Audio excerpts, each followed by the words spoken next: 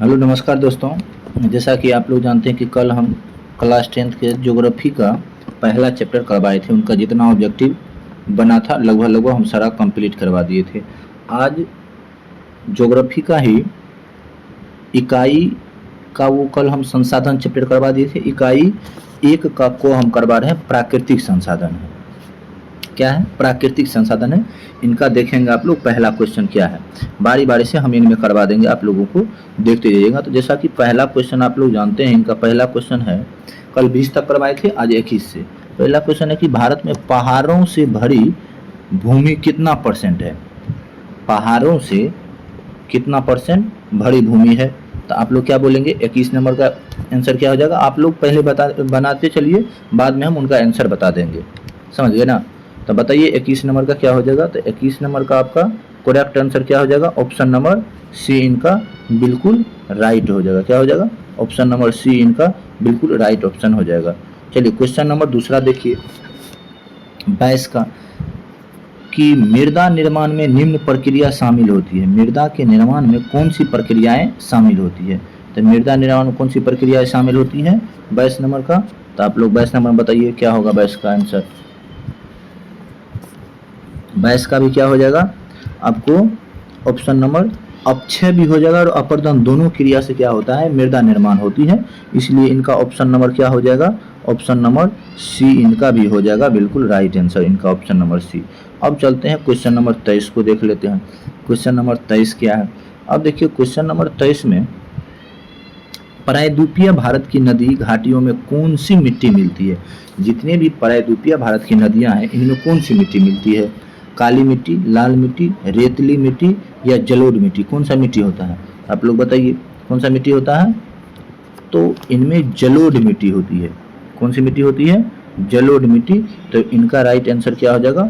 Option number D इनका बिल्कुल right हो जाएगा। चलिए क्वेश्चन नंबर 24 देखते हैं। क्वेश्चन नंबर 24 में क्या? भारत में सबसे अधिक विस्तार किस मिट्टी का? इंपॉर्टेंट क्वेश्चन है। इस टाइप का क्वेश्चन कई बार पूछा गया है, इसलिए इनको आप लोग अच्छा से देखेंगे। भारत में किस टाइप का मिट्टी है, समझ गए ना? तो 24 नंबर क्या? भारत में सबसे अधिक विस्तार किस मिट्टी का है? बोलिए आप लोग किस मिट्टी का है? तो जलोढ़ मृदा का सबसे अधिक विस्तार है। कौन सा मृदा का? जलोढ़ मृदा। तो ऑप्शन नंबर ए इनका बिल्कुल राइट हो जाएगा। अब देखिए क्वेश्चन नंबर अगला 25 का क्या है? 25 नंबर क्वेश्चन 25 नंबर क्वेश्चन है कि पुरानी जलोढ़ मृदा को क्या कहा जाता है। बहुत देखिए आप लोगों को हम बताए होंगे कि पुरानी जलोढ़ मृदा को क्या कहा जाता है। तो याद कीजिए हम खादर और बांगर पढ़ाए थे। तो पुरानी जलोढ़ मृदा को क्या कहा जाता है? खादर कहा जाता है या बांगर कहा जाता है? बताइए आप लोग क्या कहा जाता है? तो बांगर कहा जाता है। जबकि नवीन जलोढ़ को क्या कहा जाता है? एक सेकंड, पुरानी जलोढ़ मिट्टी को क्या कहा जाता है? पुरानी जलोढ़ मिट्टी को क्या कहा जाता है आपको? पुरानी जलोढ़ मिट्टी को बांगर, खादर, यावर या रेगू। तो ये दोनों ऑप्शन सी और डी नहीं होगा तो क्या हो जाएगा इनका राइट ऑप्शन? बांगर हो जाएगा। जबकि नवीन मिट्टी को क्या कहते हैं? इनको खादर कहते हैं। तो ऑप्शन नंबर इनका क्या हो जाएगा? बिल्कुल ऑप्शन नंबर ए इनका हो जाएगा, बांगर कहा जाता है। अब चलिए क्वेश्चन नंबर अगला 26 देख लेते हैं। चलिए जलोढ़ मिट्टी में कौन सा तत्व प्रचुर मात्रा में पाया जाता है? बहुत अच्छा क्वेश्चन है कि जलोढ़ मृदा जो होता है इनमें सबसे अधिक मात्रा में कौन सा चीज पाया जाता है। तो पहला पोटास या फास्फोरस या नाइट्रोजन या जीवांश, क्या पाया जाएगा? ऑप्शन नंबर क्या हो जाएगा बताइए आप लोग। पहले आप लोग आंसर दीजिए, पीछे से हम बताते जाएंगे, बोलिए। तो 26 का राइट ऑप्शन क्या हो जाएगा? इसमें सबसे अधिक मात्रा में पोटास पाया जाता है। क्या पाया जाता है? पोटास पाया जाता है। तो याद रखेंगे ऑप्शन नंबर इनका ए इनका हो जाएगा। क्या हो जाएगा? ऑप्शन नंबर ए हो जाएगा। चलिए क्वेश्चन नंबर 27 देख लेते हैं। भारत की सबसे उपजाऊ मिट्टी कौन सी? सबसे अधिक उपजाऊ मिट्टी कौन सा होता है? सबसे अधिक उपजाऊ मिट्टी कौन सा होता है? तो 27 नंबर का क्या हो जाएगा? लेटेराइट मृदा या जलोढ़ मृदा या लाल मिट्टी या पर्वतीय मिट्टी, कौन सा हो जाएगा बताइए आप लोग। 27 का क्या हो जाएगा आपको? जलोढ़ मिट्टी हो जाएगा। कौन सा मिट्टी? जलोढ़ मिट्टी हो जाएगा। तो ऑप्शन नंबर बी इनका बिल्कुल राइट हो जाएगा। अब चलिए 28 नंबर में देख लेते हैं। ये 2019 में पूछा हुआ क्वेश्चन 28 का। काली मिट्टी उपयुक्त है। काली मिट्टी किस चीज के लिए सबसे अधिक उपयुक्त है? उसी का नाम आपको बताना है। पहला कपास के लिए, या लीची के लिए या गेहूं के लिए या बाजरा के लिए? बताइए आप लोग, काली मिट्टी क्या चीज़ के लिए उपयुक्त है? आप लोग बताएंगे काली मिट्टी क्या चीज़ के लिए उपयुक्त है? तो काली मिट्टी आपको क्या चीज़ के लिए उपयुक्त है? अब काली मिट्टी आपको कपास के लिए उपयुक्त मानी जाती है। किसके लिए? कपास के लिए उपयुक्त मानी जाती है। तो ऑप्शन नंबर ए इनका बिल्कुल राइट हो जाएगा। अब यहीं पे हम पूछ लेंगे कि आप लोग बताएंगे कि गेहूं सबसे अधिक किस राज्य में उगाया जाता है? सबसे पहले आप लोग धान बताएंगे, धान कहाँ उगाया जाता है? धान तो सबसे अधिक छत्तीसगढ़ में। कहाँ पे? छत्तीसगढ़ में उगाया जाता है। तो आप लोग देखें, धान छत्तीसगढ़ में सबसे अधिक उगाया जाता है। कहाँ उगाया जाता है? छत्तीसगढ़ में धान सबसे अधिक उगाई जाती है। अब यहीं से आपको एक और पूछ लिया जाएगा कि धान का कटोरा किस राज्य को कहा जाता है? धान का कटोरा, एक सेकेंड, धान का कटोरा किस राज्य को कहा जाता है? तो छत्तीसगढ़ को ही धान का कटोरा कहा जाता है। चलिए क्वेश्चन नंबर 29 देख लेते हैं। क्वेश्चन नंबर 29 में क्या है? इनमें से किस राज्य में काली मृदा पाई जाती है? बताएंगे आप लोग, जम्मू और कश्मीर में या झारखंड या राजस्थान या महाराष्ट्र? किस में होगा? आप लोग बताएंगे किस में हो जाएगा? बताइए 29 का राइट आंसर क्या हो जाएगा?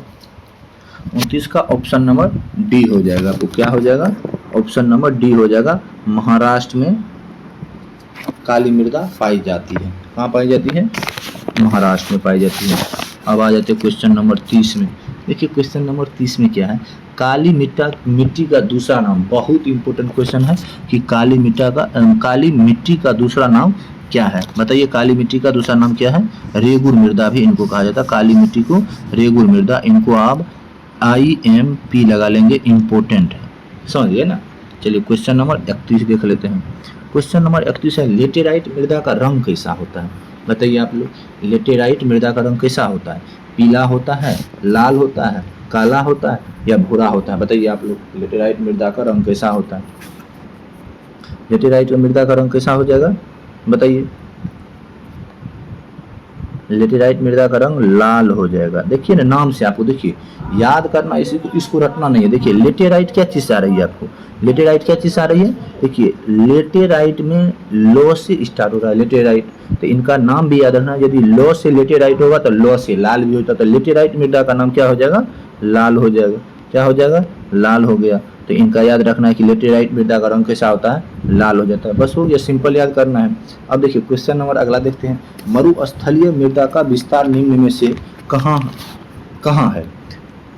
मरुस्थलीय मृदा का विस्तार निम्न में सबसे अधिक कहाँ है? उत्तर प्रदेश में है या आपको राजस्थान में या कर्नाटक में या महाराष्ट्र में? तो बताइए इनका कहाँ हो जाएगा? बी नंबर इनका बिल्कुल राइट ऑप्शन हो जाएगा, राजस्थान में हो जाएगा। मरुस्थलीय मृदा कहाँ होगा? आपको राजस्थान में। अब देख लेते हैं क्वेश्चन नंबर 33। 33 क्या कह रहा है कि मृदा का विस्तार निम्न में से कहाँ है? उत्तर प्रदेश, राजस्थान, कर्नाटक और पंजाब। आप लोग बताएंगे कि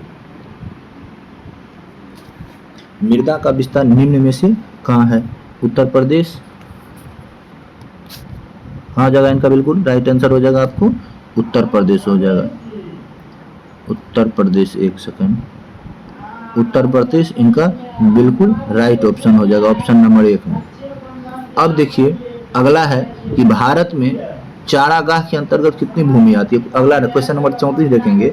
भारत में चारागाह के अंतर्गत कितनी भूमि आती है? 4%, 12%, 19% या 15%? बताएंगे आप लोग। इनका राइट आंसर क्या हो जाएगा?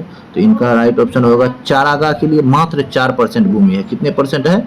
मात्र 4% भूमि है चारागाह के लिए, याद रखना है। अब क्वेश्चन याद देखना है क्वेश्चन नंबर 35 कि पंजाब में भूमि निम्नीकरण का मुख्य कारण क्या होता है? बहुत इंपॉर्टेंट क्वेश्चन है कि पंजाब में जो इतनी अधिक मात्रा में भूमि निम्नीकरण हो जाए, इनका मुख्य कारण क्या है? बताइए। क्वेश्चन नंबर में हम घेरा लगा दिए हैं कि पंजाब में भूमि निम्नीकरण का मुख्य कारण क्या? देखिए 12 में पूछा गया, 20 में पूछा गया, फिर सेकेंड सिटिंग और फर्स्ट सिटिंग 20 में दोनों में पूछा गया है। उन्मूलन हो गया या गहन खेती हो गया, अति पशुचारण हो गया या अधिक सिंचाई हो गया? बताइए आप लोग। ऑप्शन नंबर डी इनका बिल्कुल राइट हो जाएगा कि अधिक सिंचाई के कारण क्या होता है कि यहाँ पे ऑप्शन नंबर डी इनका बिल्कुल राइट हो जाएगा।